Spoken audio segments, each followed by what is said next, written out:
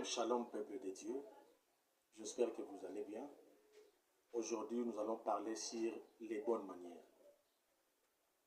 Pourquoi nous allons parler sur les bonnes manières?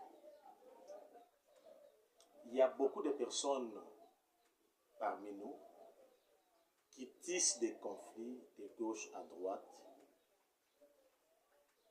à cause du manque de bonnes manières. D'abord, les bonnes manières, c'est quoi, par définition?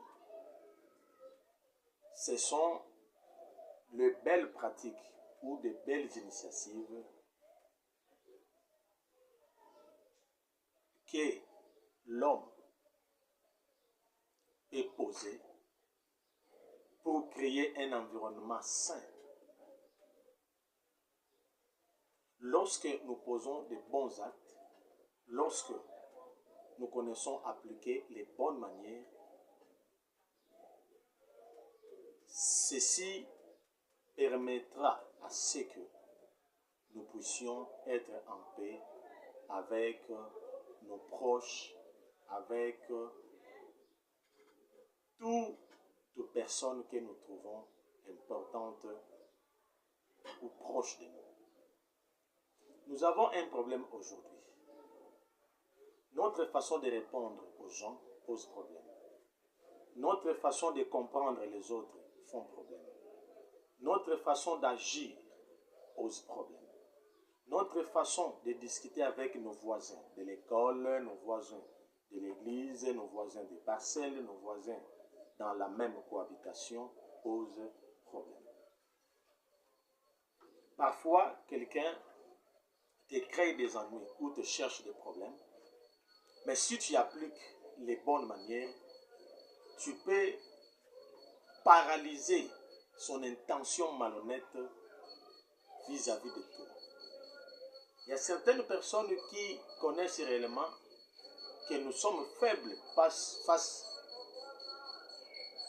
aux certains langages.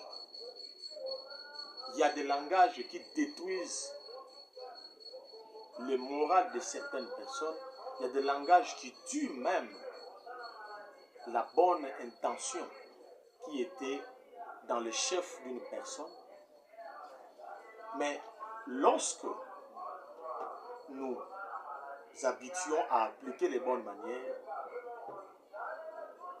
ceci va faire en sorte que nous ne puissions pas avoir des ennuis envers les autres.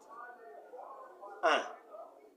Lorsque quelqu'un te répond mal, avant de répliquer, il faut prendre du temps à étudier pourquoi il t'a parlé de la sorte et ensuite le répondre avec lucidité.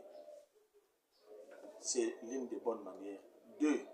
Lorsque quelqu'un veut te créer des ennuis pour une chose qui ne t'intéresse même pas, en tant que sage ou en tant qu'une personne qui maîtrise les bonnes manières, tu dois te tempériser. C'est-à-dire, il faut tempériser ton intention.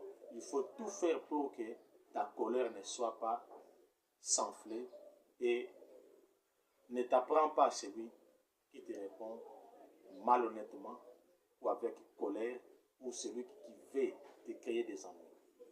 Il faut bien au contraire l'aider à comprendre que tu ne réfléchis pas comme lui. Tu dois appliquer ce qu'on appelle en psychologie la résonance. C'est-à-dire, tu essayes de lui montrer à travers de ton acte que tu ne réfléchis pas comme lui. Troisième bonne manière, il faut apprendre à être en bon terme avec qui que ce soit. Peu importe sa nature, peu importe son comportement, peu importe ce qu'il va chercher contre toi. Le fait que tu vivras en paix avec lui, même s'il te crée des problèmes, j'insiste, il finira toujours par se plier et s'incliner devant toi. C'est parce que tu maîtrises bien sa tactique. Quatrième bonne manière, là où on critique les autres, ne participe pas. Un jour, toi aussi, tu seras critiqué comme celui-là qu'on critique. La sixième bonne manière, là où on jette à manger, il faut penser à ceux-là qui n'en ont pas. On ne peut pas employer le terme pauvre, non. Le fait de manquer à manger ne signifie pas que cette personne-là est pauvre. Il en manque, mais il n'est pas pauvre. Puisque la vie, c'est un cercle vicieux. Demain ou lendemain, cette personne-là qui manque aujourd'hui aura aussi également.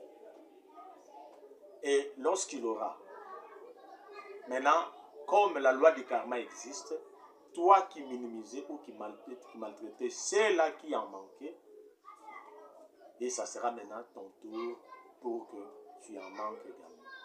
Maintenant, ma question est celle-ci.